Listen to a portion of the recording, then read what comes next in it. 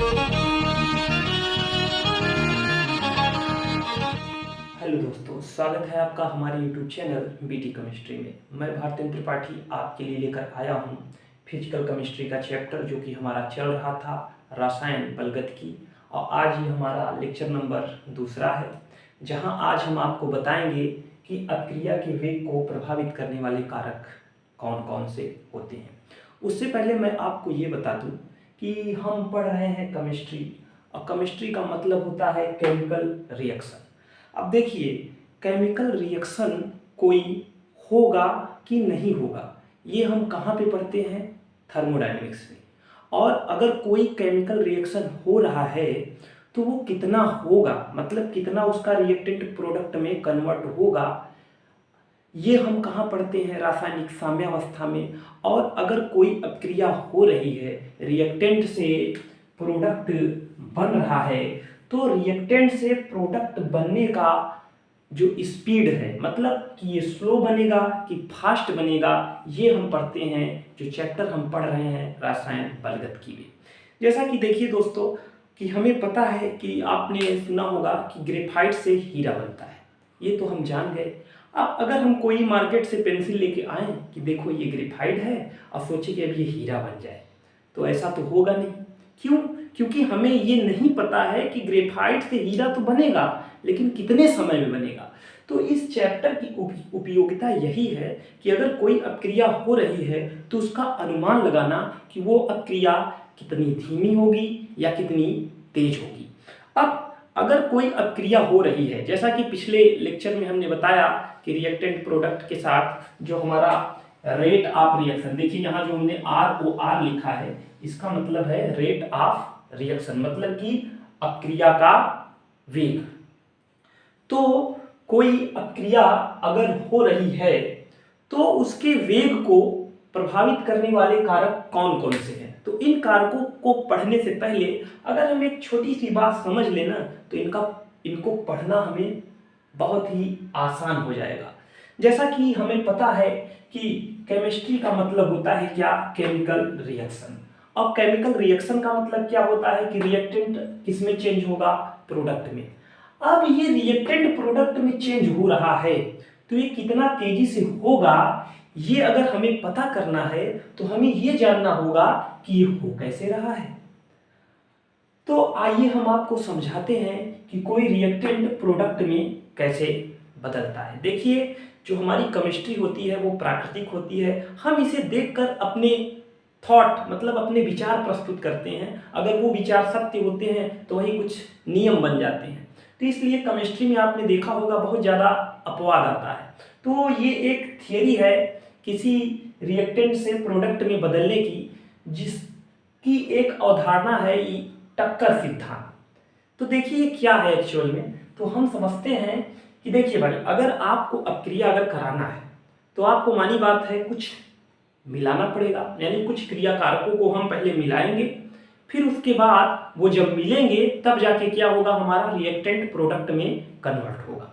अब देखिए, जैसे कि हम यहाँ पे देखिए मान लेते हैं कि हमने AB लिया और CD लिया, और इनको जब हमने मिलाया तो हमारा बन गया AC और BD। अब देखिए ऐसे तो बना नहीं होगा, जब हम इन दोनों को मिलाए होंगे तो इन्होंने अपना बॉन्ड तोड़ा होगा, और उसके बाद इसने इससे और इसने इससे जोड़ा होगा। अब देखिए ये होता कैसे है कि आप ही बताइए, जैसे हम दो क्रिया कारकों को मिलाएंगे तो क्या होगा? तो जब हम दो क्रिया कारकों को मिलाते हैं तो क्या आते हैं? पास पास में आते हैं। अब जब वो पास आते हैं तो क्या होता है? अब आप ही बताइए, जब दो लोग पास आएंगे तो उनके बीच क्या होगा? मानी बात है टक्कर होगा। तो हमने लिखा कि जब क्रिया कारक, मतलब जब हम क्रिया कारकों को मिलाते हैं तो क्रिया कारक कहाँ आते हैं? पास पास। अब जब पास पास आते हैं तो क्या होता है? तो जब पास पास आते हैं तो क्रिया कारकों के अणुओं के बीच क्या होता है? टक्कर होता है। अब ये टक्कर होता है तो टक्कर से क्या होता है? तो भैया टक्कर से ही ये बॉन्ड टूटते हैं और नए बॉन्ड बनते हैं, मतलब बंध का टूटना और बनना। अब आप ये समझिए, जितना ज्यादा टक्कर होगा उतने ज्यादा बॉन्ड टूटेंगे और नए बॉन्ड बनेंगे। इसका मतलब ये हुआ कि जितना ज्यादा टक्कर होगा उतने ही ज्यादा हमारे क्या बनेंगे, प्रोडक्ट बनेंगे। तो ये बात आप लोगों को समझ में आ गई होगी कि क्रियाकारक मिलाते हैं तो क्रियाकारक पास पास आते हैं, पास पास आते हैं तो उनके बीच टक्कर होता है, और जब टक्कर होता है तो नए बॉन्ड टूटते हैं और नए बॉन्ड बनते हैं जिनसे हमारा प्रोडक्ट बनता है। अगर आप इतनी बात को समझ गए ना तो आने वाले जितने भी प्रभावित करने वाले कारक हैं आप उनका जवाब बड़े आसानी से दे लेंगे और आपको समझ में भी आ जाएगा कि ऐसा क्यों हो रहा है। तो चलिए अब हम पढ़ते हैं अक्रिया के वेग को प्रभावित करने वाले कारक। अब देखिए यहाँ पे हमने लिखा है कि किसी अक्रिया का रेट ऑफ रिएक्शन, मतलब कि जितना तेज वो टकराएंगे भाई उतनी तेज क्या होंगे, प्रोडक्ट बनेंगे। तो यानी जितनी तेज बनेंगी वही तो हमारे अक्रिया का क्या होगा, वेग होगा ना भाई। जितनी जल्दी जल्दी टकराएंगे उतनी जल्दी क्या होगी, मतलब कि नए बॉन्ड टूटेंगे और नए बॉन्ड बनेंगे। मतलब जब टक्कर होगी तो बॉन्ड टूटेंगे और नए बनेंगे, मतलब कि जो प्रोडक्ट है उसके बनने की जो रेट है, रेट वो क्या होगी, बढ़ जाएगी। तो मतलब रेट बढ़ जाएगी तो हम ये कह सकते हैं कि जो हमारा रेट ऑफ रिएक्शन होता है वो डायरेक्टली प्रोपोर्शनल होता है क्रियाकारकों के टक्करों की संख्या के। मतलब जितना ज्यादा टक्कर उतना ज्यादा प्रोडक्ट, और जितना जल्दी प्रोडक्ट बनेगा वही तो हमारा क्या होगा, अक्रिया का वेग। तो हम पहला पढ़ते हैं क्रियाकारक की सांद्रता। हमने पिछली क्लास में आपको बताया था कि सांद्रता का मतलब क्या होता है, संख्या।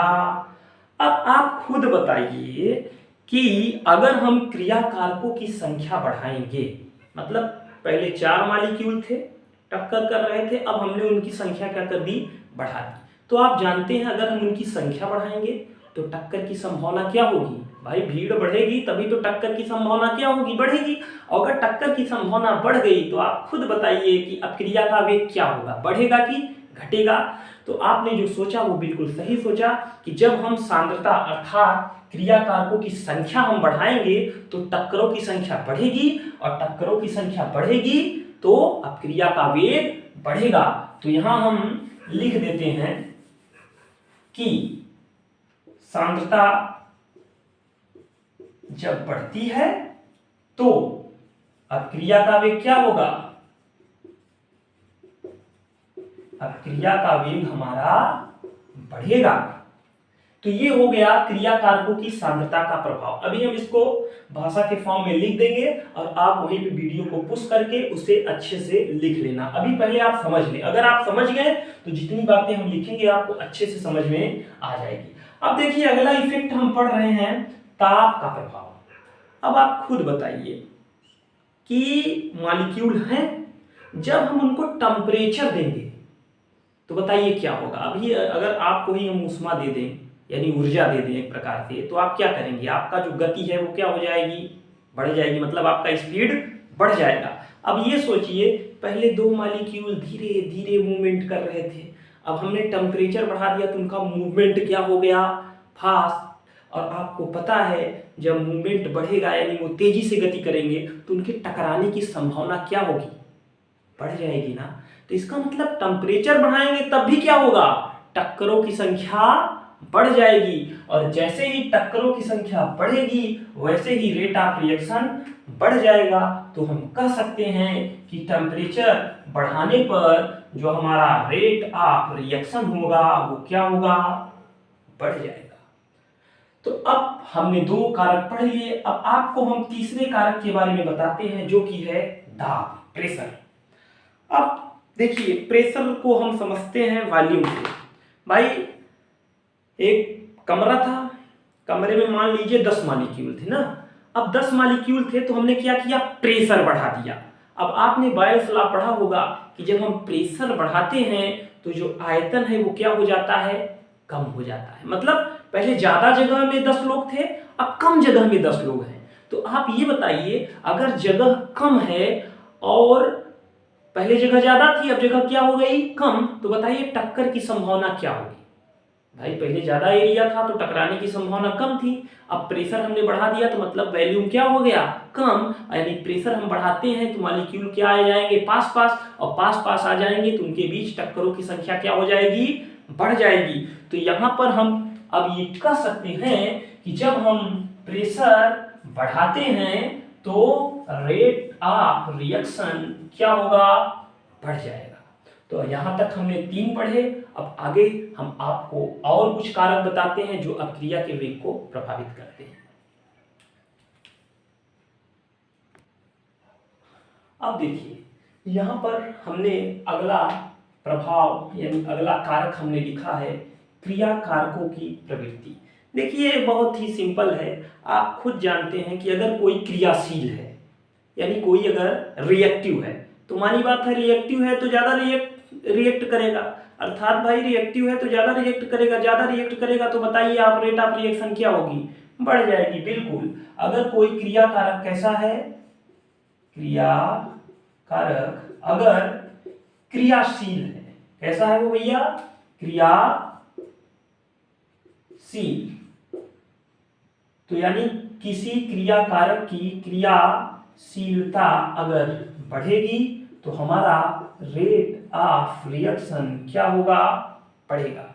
अब देखिए जो एक लास्ट कारक बचा हुआ है ठोस पदार्थों का पृष्ठीय क्षेत्रफल, इसको हम एग्जाम्पल से समझ सकते हैं कि आप जैसे कोई कागज, उसको अगर आप उस कागज का गोला बना लें, मतलब भाई अगर कागज को आप फैलाएंगे तो उसका जो पृष्ठीय क्षेत्रफल होगा वो क्या होगा, ज़्यादा। जब उसको हम गोल मरोड़ कर उसको एकदम गोला सा बना देंगे तो उसका पृष्ठीय क्षेत्रफल क्या हो जाएगा, कम हो जाएगा। अब आप अगर उसमें आग लगाएंगे तो जो गोला वाला कागज है वो आसानी से नहीं जलेगा, और जब इसी कागज को हम खोल देते हैं अर्थात इसका पृष्ठीय क्षेत्रफल बढ़ा देते हैं। देखिए ये केवल ठोस के लिए है, किसके लिए है, अगर मान लीजिए कोई क्रिया कारक सॉलिड स्टेट में है तो उसका हम रेट ऑफ रिएक्शन यानी कि अपक्रिया का वेग हम कैसे देखेंगे, तो जब हम उसका पृष्ठीय क्षेत्रफल बढ़ा देते हैं तब उसमें आग लगना क्या हो जाएगा, आसान। मतलब उसका जो रिएक्शन यहाँ हम क्या कर रहे हैं, आग लगा रहे हैं, जो आग लगाने की दर है वो जब हम पृष्ठीय क्षेत्रफल बढ़ाएंगे तो क्या हो जाएगी, बढ़ जाएगी। आप चलिए एक एग्जाम्पल मान लीजिए, कोयला आपने देखा होगा, कोयले को अगर हम सॉलिड फॉर्म में जलाएं, मतलब एकदम ठोस कोयला है, उसको हम तोड़े न तो जलना मुश्किल होगा, और उसी कोयले को अगर हम पीस देंगे तो उसका जलना क्या होगा, आसान होगा। अर्थात अगर हम ठोस का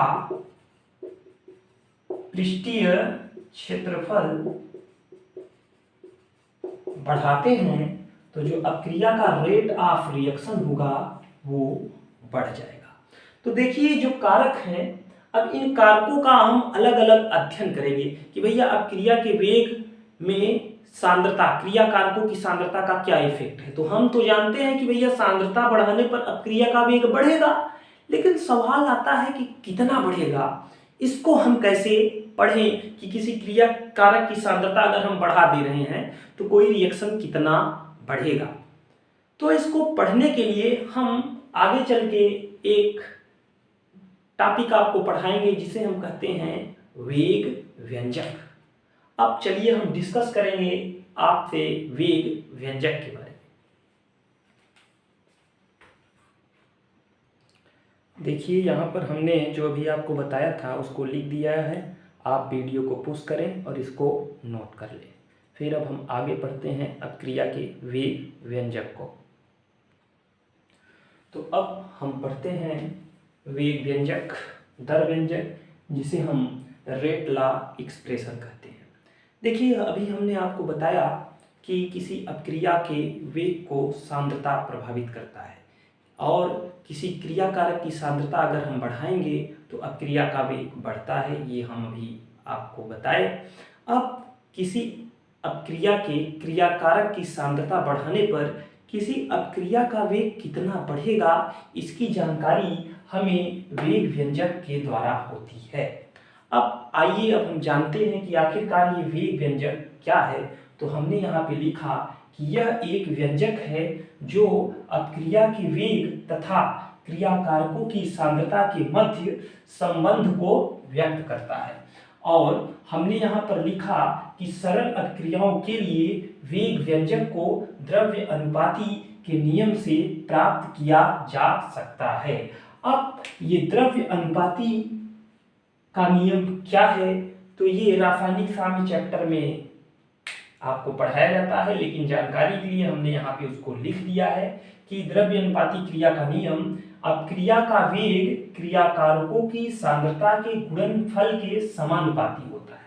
अब देखिए इस बात को हम यहाँ समझाते हैं कि जैसे मान लीजिए कोई अब क्रिया है ए और यहाँ पे उसका लिखा हुआ है ए और बी और वो हो रहा है सी, मान लीजिए कोई प्रोडक्ट बना रहा है, तो हमारा जो द्रव्य अनुपाती क्रिया का नियम है वो कहता है कि जो अपक्रिया का वेग है, वेग अर्थात कि आर, वो डायरेक्टली प्रोपोर्शनल टू होता है क्रिया कारक। देखिए इस वाले भाग को हम कहते क्या है, क्रिया कारक, और क्रिया कारक की सांद्रता को हम इसे डिब्बे के फॉर्म में लिखते हैं ए, और बी की सांद्रता का ये क्या हो गया, क्रिया कारकों की सांद्रता का गुणनफल हुआ। अब देखिए यहाँ पे जो लिखा है उसको हम यहाँ ऊपर लिख देते हैं और इसे ही हम कहते हैं द्रव्य अनुपाती क्रिया का नियम। तो ये आपने समझ लिया। जैसे एग्जांपल के लिए मान लीजिए यहाँ कोई लिखा है 2a प्लस बी और क्या बन रहा है, कोई प्रोडक्ट बन रहा है, तो हम इसके लिए लिखेंगे आर डायरेक्टली प्रोपोर्शनल टू ए और बी। अब यहाँ अगर 2 लिखा है तो यहाँ 2 लिख देंगे, यहाँ 1 लिखा है तो यहाँ 1 लिख देंगे। ये हुआ आपका द्रव्य अनुपाती क्रिया का नियम। तो ये हुई बात। अब देखिए इसमें हम आगे लिखते हैं कि जटिल अपक्रिया के लिए वेग व्यंजक प्रयोग के द्वारा प्राप्त होता है। वैसे ये जो वेग व्यंजक है यह एक प्रायोगिक मान है जिसको हम प्रयोग के द्वारा हम इसका पता लगाते हैं। अब जैसे मान लीजिए हमें दे दिया प्रश्नों में कि यह एक सरल अपक्रिया है, तो अगर उसने बोल दिया सरल अपक्रिया तो उसका हम रेट ला सीधा आर हम द्रव्यमानुपाती क्रिया का नियम लिखेंगे और उसके अनुसार हम इस प्रकार से उसको लिखेंगे। और जटिल अपक्रिया रहेगी तो प्रयोग के आधार पर हम उसको लिखेंगे। अभी हम आपको लिख के आसानी से दिखाएंगे कि वेग व्यंजक कैसे लिखा जाता है, लेकिन उससे पहले हम आपको बता दें कि सरल अपक्रिया और जटिल अपक्रिया किसे कहते हैं। अगर प्रश्न में न कहा हो कि यह अपक्रिया सरल है तो आप उसे सरल अपक्रिया नहीं मानेंगे, और अगर वो कह रहा है कि वो सरल अपक्रिया है तो आप उसे सरल अपक्रिया मानकर ही उसे ट्रीट करेंगे। तो देखिए हमने बताया कि वे अपक्रिया जो एक पद में पूर्ण होती है उसे हम सरल अपक्रिया कहते हैं। अब मानी बात है अगर ये 1 स्टेप में हो रहा है तो बीच में कुछ बनेगा नहीं, तो इस अपक्रिया में कोई मध्यवर्ती उत्पाद नहीं बनता। और हमने यहाँ पे लिखा है कि सरल अपक्रिया के लिए हम क्या लगाते हैं, द्रव्य अनुपाती क्रिया का नियम। और जटिल अपक्रिया किसे कहते हैं, वे अपक्रिया जो अधिक पदों में अर्थात एक से अधिक पदों में पूर्ण होती है उन्हें हम जटिल अपक्रिया कहते हैं, और इनमें मध्यवर्ती उत्पाद बनता है और इसके लिए हम द्रव्य अनुपाती क्रिया का नियम नहीं लगा सकते। अब इसमें हम क्या देखेंगे, इन प्रकार के सवालों में जटिल अपक्रिया में मान लीजिए सवाल दे दिया, उसमें 2-3 स्टेप आपको दे दिया और वहां पे 2-3 स्टेप में आपको जरूर वो लिख कर देगा कि ये वाला स्टेप स्लो है, तो वहां पर हम स्लो वाले स्टेप से ही अपक्रिया की कोटि का पता लगाएंगे। अब देखिए यहाँ एक नया शब्द आ गया, अपक्रिया की कोटि। तो आगे चल के हम आपको पहले वेग व्यंजक लिखना सिखाएंगे और फिर वहीं पर आपको हम बताएंगे कि अपक्रिया की कोटि किसे कहते हैं। तो चलिए अब हम पढ़ना स्टार्ट करते हैं अपक्रिया की कोटि और आपको दिखाएंगे कि वेग व्यंजक कैसे लिखा जाता है। देखिए यहाँ हम दोनों प्रकार की अपक्रियाओं के लिए आपको वेग व्यंजक लिखना सिखाते हैं। जैसे मान लीजिए सवाल में कह दिया कि यह एक सरल अपक्रिया है, तो यहाँ हम कौन सा नियम लगाएंगे, द्रव्य अनुपाती क्रिया का नियम, और उसके अनुसार हम सीधा यहाँ पे लिखेंगे कि आर डायरेक्टली प्रोपोर्शनल टू क्रिया कारकों की सांद्रता के गुणनफल को लिखेंगे। और यदि अपक्रिया सरल है तभी हम यहाँ पर ए और यहाँ पर बी लिखेंगे, फिर यहाँ हम प्रोपोर्शनल का चिन्ह हटाकर यहाँ एक कांस्टेंट वैल्यू हम पुट करेंगे, रखेंगे अपने से। अभी हम बताएंगे इसको हम क्या कहते हैं, फिर यहाँ हम लिखेंगे इस प्रकार से। अब ये क्या है अभी हम आपको बताएंगे, मतलब ऐसे आपको सरल अपक्रिया के लिए लिखना है। और अगर आपसे कह दिया सवाल में कि यह एक जटिल अपक्रिया है या आपसे कुछ न कहे तो आपको उसे क्या मान के सवाल को हल करना है, जटिल अपक्रिया। इसमें आप लिखेंगे सीधा आर डायरेक्टली प्रोपोर्शनल टू ए और बी। अब देखिए अगर वो जटिल अपक्रिया है तो आप यहाँ m1 अब नहीं लिख सकते, आप यहाँ पे लिखेंगे x और यहाँ पे आप m2 नहीं लिख सकते, आप यहाँ पे लिखेंगे y और इन्हीं x और y का मान आप प्रयोग के आधार पर निकालेंगे और सवालों में इनको हल करने के लिए कुछ न कुछ आपको दिया जाएगा। तो अब वही इसी प्रकार यहाँ पर भी हम r इसको हटाएंगे और यहाँ पे लिखेंगे k और यहाँ लिखेंगे a के पावर x और b के पावर y। ऐसे लिखा जाता है वेग व्यंजक। अब यहाँ एक बात आती है कि ये a और b क्या है। जैसे यहाँ पे x और y लिखा है हमने, यहाँ पे a और b लिखा हुआ है, तो हम बता दें जो a है और जो b है और यहाँ पे जो x है और ये जो y है, तो हम आपको बता दें जो अपक्रिया की कोटि होती है वो वेग व्यंजक में, जैसे ये वेग व्यंजक है ना, वेग व्यंजक में क्रिया कारकों की सांद्रता के घात के योगफल को अपक्रिया की कोटि कहते हैं। अर्थात हम ये कह सकते हैं कि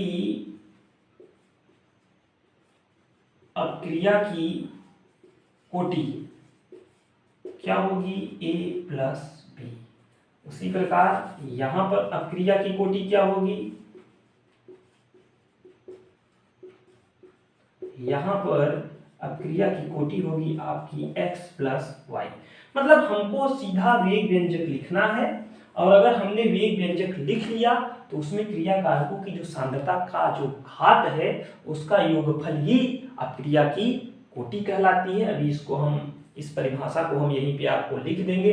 अब हम बताते हैं, जैसे कोई आपसे कह दे ए क्या है यहाँ पे, तो हम कहेंगे कि ये जो ए है ये ए के सापेक्ष, ए के सापेक्ष अपक्रिया की कोटि है, अपक्रिया की कोटि है। उसी प्रकार यहाँ कोई पूछे बताइए x क्या है, तो हम कहेंगे a के सापेक्ष, a के सापेक्ष अपक्रिया की कोटि। और कोई पूछे y क्या है, तो हम क्या कहेंगे b के सापेक्ष, b के सापेक्ष अपक्रिया की कोटि। और यहां कोई कहे b क्या है, स्मॉल b, तो b के सापेक्ष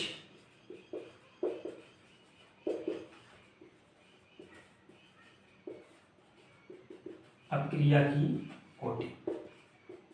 मतलब आप समझ रहे हैं, अगर हमें वेग व्यंजक लिखना आ गया तो वेग व्यंजक में जो क्रिया कारकों की सांद्रता होती है उनकी घात के योग को ही अपक्रिया की कोटि कहते हैं। अब देखिए इन दोनों में जो यहाँ पे k है उसके को हम यहाँ पे लिखते हैं, k को कहते हैं वेग स्थिरांक। क्या कहते हैं, वेग स्थिरांक।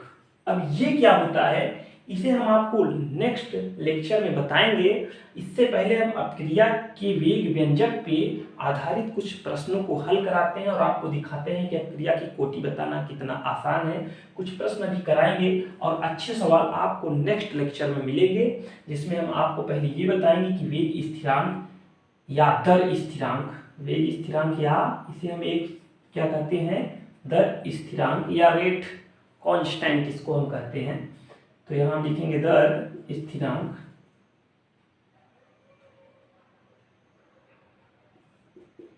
ये क्या है इसे हम नेक्स्ट लेक्चर बताएंगे। और उससे पहले हम कुछ आपको अपक्रिया की कोटि के सवाल यहाँ पे लिख के थोड़ा करा दें, बाकी सभी हम आपको नेक्स्ट लेक्चर में बताएंगे। आज के लेक्चर में हमने आपको ये बताया कि किसी अपक्रिया के वेग को प्रभावित करने वाले कारक क्या होते हैं, और वहाँ पे हमने आपको टक्कर सिद्धांत बताया कि भैया टक्कर बढ़ेगा तो अपक्रिया का वेग बढ़ेगा। और उसके बाद हमने आपको रेट ला यानी कि वेग व्यंजक लिखना हमने आपको सिखाया। तो चलिए कुछ सवाल हम सॉल्व कर लेते हैं इसके आधार पर। देखिए यहाँ जो कुछ प्रश्न लिखे हुए हैं ये बहुत ही सिंपल हैं। नेक्स्ट लेक्चर में आपको अच्छे क्वालिटी के प्रश्न मिलेंगे और वहाँ आपको हम जेईई मेंस और एडवांस के प्रश्न कराएंगे। तो जैसे देखिए यहाँ लिखा है उस क्रिया की कोटि क्या होगी जिसका वेग व्यंजक ये है। अब देखिए आपको करना कुछ नहीं है, क्रिया की कोटि अभी हमने आपको क्या बताया कि ये जो क्रिया कारकों की सांद्रता है इसके घात के योगफल को अपक्रिया की कोटि कहते हैं। तो हम सिंपली लिखेंगे कोटि इज इक्वल टू घात क्या है यहाँ पे 3/2 प्लस और घात क्या है यहाँ पे -1/2। अब यहाँ सिंपल मैथ है, प्लस माइनस माइनस हो जाएगा यानी 3/2 माइनस 1/2। तो यहाँ हम एलसीएम लेंगे 2 और यहाँ लिखेंगे 3 - 1 आएगा हमारा 2/2 और 2/2 का मतलब हमारा आंसर कितना आ गया यहाँ पर 1। अब देखिए ये सवाल है, यहाँ पर भी आपको वेग व्यंजक लिख दिया गया है और पूछ रहा है क्रिया की कोटि। तो सिंपल हम लिखेंगे कोटि और यहाँ सिंपल इसकी घातों को हम क्या करेंगे ऐड कर देंगे। तो सिंपल हमारा ये आंसर यहाँ 2 3 4 का हम एलसीएम लेंगे कितना आएगा 12 आएगा, 4 3 12 12 आएगा और यहाँ आएगा 12 यानी 6 प्लस 4 प्लस 3 यानी 6 4 10 3 13 यानी हमारा आंसर क्या आएगा 13/12। अब ये देखिए लास्ट सवाल जहाँ हमें कोटि निकालना है। तो कोटि इज इक्वल टू हम क्या करेंगे घातों को ऐड कर देंगे। तो यहाँ एक सांद्रता एक की घात कितनी है 1 प्लस बी की सांद्रता यहाँ कितनी दी हुई है 0 यानी इसकी कोटि कितनी आएगी 1।